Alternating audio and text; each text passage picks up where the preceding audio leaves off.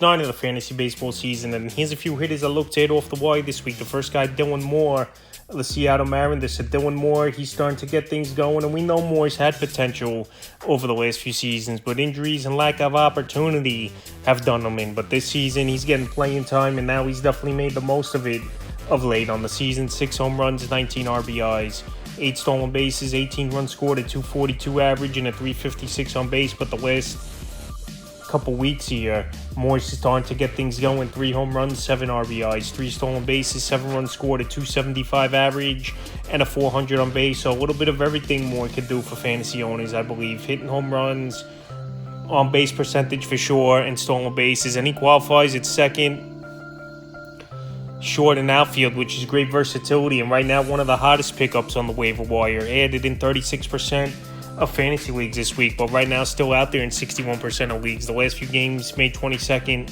at the Yankees, 2 for 4. May 23rd at the Yankees, 0 for 2. May 24th at the Nats, 0 for 3, 2 stolen bases. And May 25th at Washington, 1 for 3. So right now, Moore playing good baseball for the Seattle Mariners team. Like I said, he was a former top prospect many years ago, and now he's getting that playing time, and he's making the most of it. After last season, he only had 145 at-bats. Right now, while Moore can do a lot for fantasy owners, he's a nice add this week. The next hitter, Jake Myers of the Houston Astros. So Jake Myers, a former future All-Star in the future All-Star game and stuff for this Astro team. But injuries and just inconsistencies as well, he just couldn't get it going over the last few seasons. And we know this Astro team, even with the big hitters in Tucker and Yordan Alvarez, they needed another guy to come up and start getting things going. And Jake Myers has definitely done that. Lofa Fido was going to do a lot for them, but he didn't do much so far since he's been up in the majors. And now Myers is getting it going on the season. 6 home runs, 21 RBIs,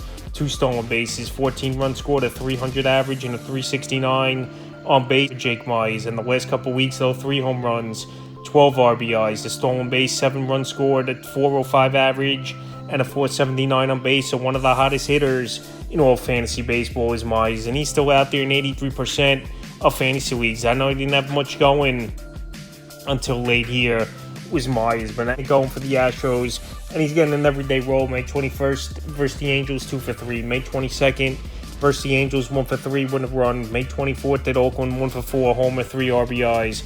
And May 25th at Oakland, 0 for 4. So I know some of these players, they get hot for a little bit, and then they fizzle out as the season goes on. Well, he's on a hot streak, is Myers, and he's been a big part of this Astro team over the last couple weeks. He's definitely an ad this week. The next ad, Tommy Pham of the Chicago White Sox. So Pham's been on the list a little bit this season. Available right now, still in 83% of fantasy leagues as well, and he's going to be a trade chip for the Chicago White Sox team. Pham signed after spring training, so obviously he's been in the majors only a couple months right now for this White Sox team, and he's made the most of it. And last season we saw he was a nice part of Arizona's World Series run where they fell short to the Rangers, but he's playing good baseball. Pham leading off mostly for this White Sox team. So on the season, 3 home runs, 12 RBIs, 3 stolen bases, 16 runs scored, a 327 average, and a 316 on base. So right now, Pham, he's batting over his head a little bit in terms of batting average. But power, we know he could hit 20 home runs about. We know he could steal about 15, 20 stolen bases, is Tommy Pham. And like I said, he'll get traded most likely to a contender towards the MLB deadline, end of July, early August. So the last few games for Pham, May 21st at Toronto, 1 for 5. May 22nd at the Blue Jays, 2 for 4, homer and RBI. May 23rd in that one versus Baltimore, 3 for 4, 2 runs scored and RBI. May 24th versus Baltimore, 1 for 5 with a run. And May 25th versus Baltimore, 1 for 3 with a run. So right now, Tommy Pham, he's playing good baseball, no doubt about it. Like I said, everyday opportunity on a bad team batting leadoff. So he's going to score runs, he's going to show power,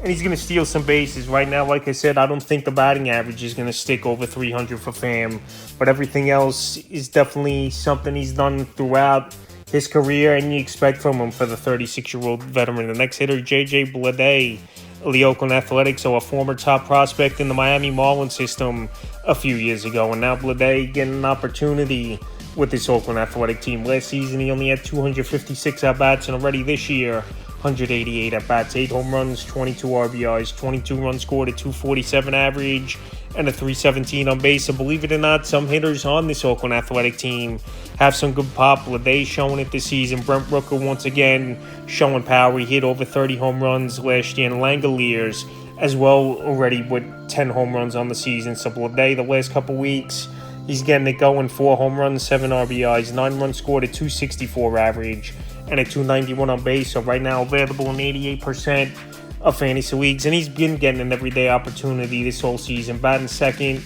in this A lineup. So I know this A team may have a lot of unknowns. Guys and casual fans obviously haven't heard of. But right now they got players that are getting it going and can contribute to fantasy owners in 12-team leagues or deeper. May 22nd, versus the Rockies, 1 for 5, a homer. May 23rd versus the Rockies, 1 for 6, a homer, 2 RBIs.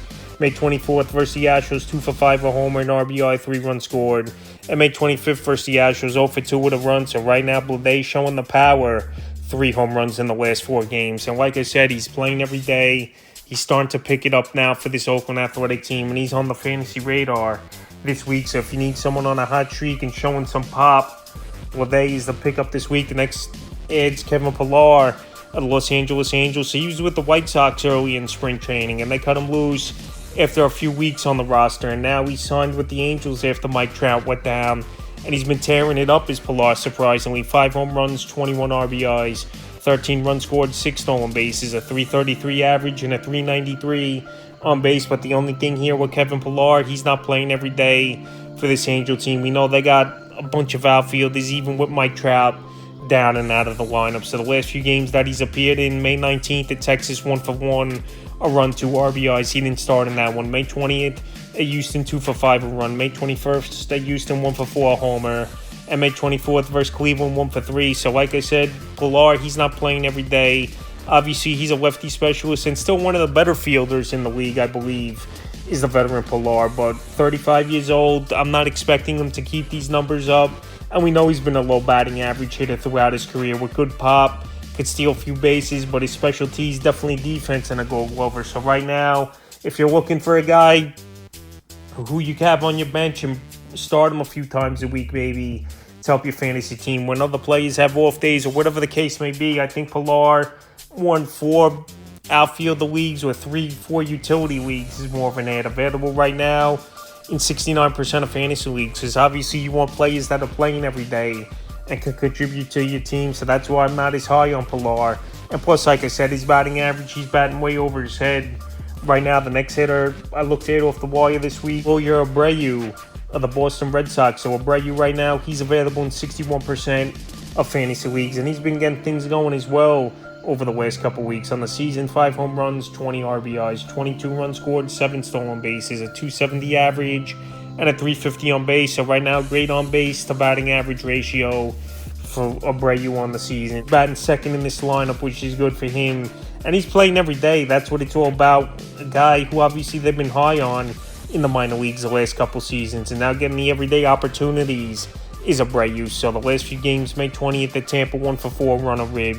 May 21st at Tampa, 1 for 4, an RBI, a stolen base. May 22nd at Tampa, 2 for 4, homer, 2 RBIs. May 24th versus the Brewers, 0 for 3.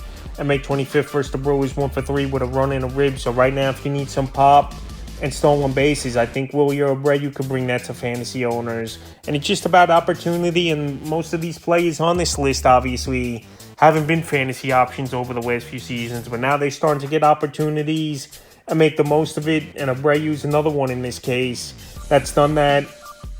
And another 12-team league or deeper type of ad. The next hitter, Alec Burleson of the St. Louis Cardinals. So Alec Burleson, he was a hot pickup last week off the wire, and he's continuing to be a decent pickup as well for fantasy owners. On the year, 5 home runs, 17 RBIs, 13 runs scored, 2 stolen bases, a 300 average, and a 330 on base. So hitting 300 on the season is Burleson, usually DHing versus righties. Only versus lefties, he's most likely out of the lineup, is Burleson for this Cardinal team. In the last couple weeks, 2 home runs, 4 RBIs, 8 runs scored, 2 stolen bases, a 375 average, and a 390 on base. The only thing with Burleson, the on base to batting average ratio, obviously I don't like. You want to see that on base percentage be a little bit higher for Burleson. I know it's been a struggle this season for this Cardinal team, but Burleson's been a bright spot in the 5th spot, and he's getting good pitches to hit, obviously, with good veteran hitters, even though Goldschmidt and Arenado for the majority of the season have struggled. May 20th versus Baltimore, 2 for 3 with a run,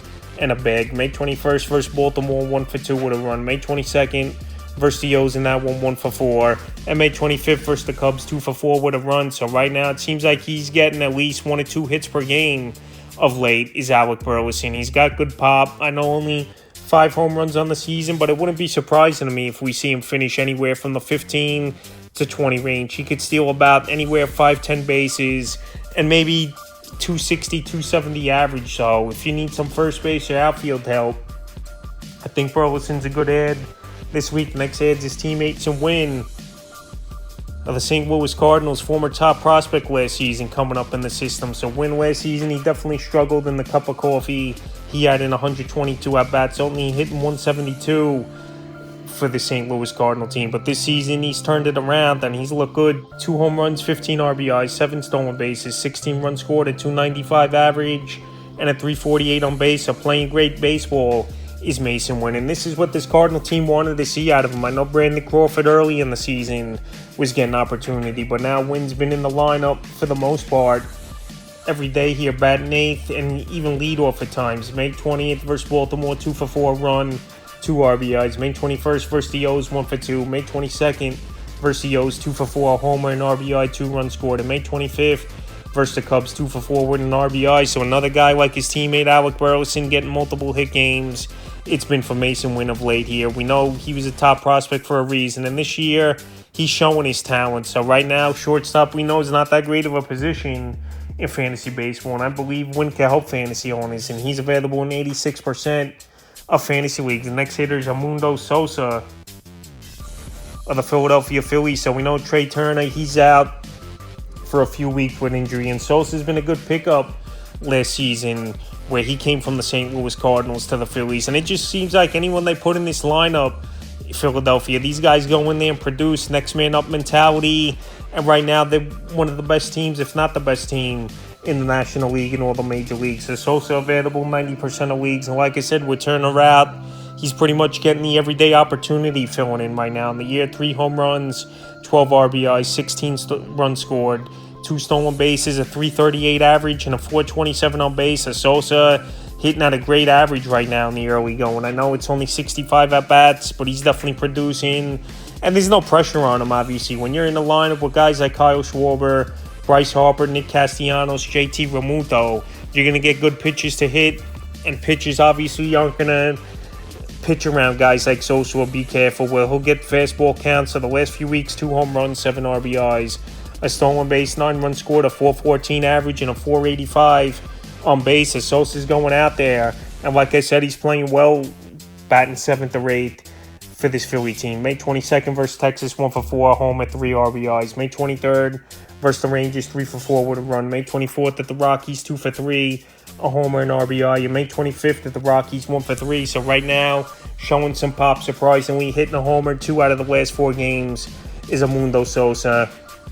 And I think he can help fantasy owners for the next couple weeks until Trey Turner is back, and he's available right now 90% of fantasy leagues. And the final hitter I looked at off the wire is Michael Massey of the Kansas City Royals. So I know Massey's banged up day to day with the back tightness, but Massey's been playing good baseball this season. 6 home runs, 23 RBIs, 17 runs scored, 294 average, 306 on base. Obviously, that's a bad on base to batting average ratio where he's a free swinger.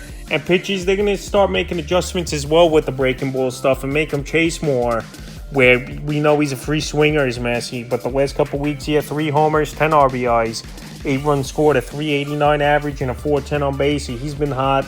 And this Royal team this season, they've been surprising a little bit. A lot of upgrades in the offseason. Massey's playing good baseball for them. Available in 92% of fantasy leagues. I know the back tightness definitely could be a concern if it continues to linger, which obviously back injuries do more times than not. But right now, I give Massey an ad, even with the back tightness. May 19th versus Oakland, 0 for 2. May 20th versus Detroit, 3 for 4, homer, RBI, 2 runs scored. May 21st versus the Tigers, 1 for 4, rib. And May 24th at the Rays, 2 for 3, a homer, 3 RBIs, 2 runs scored. So Massey showing power, good batting average, and a guy who's been with this Royal team for the last few seasons, but now starting to really get it going. Last season, he got his first taste of pretty much playing every day as Massey, where he struggled with a 249 average at 15 and 55. But right now, I give him an ad this week, and we know second base isn't that great of a position in fantasy baseball. Look at these. I look for an ad off the waiver wire for week 9 of the fantasy baseball season.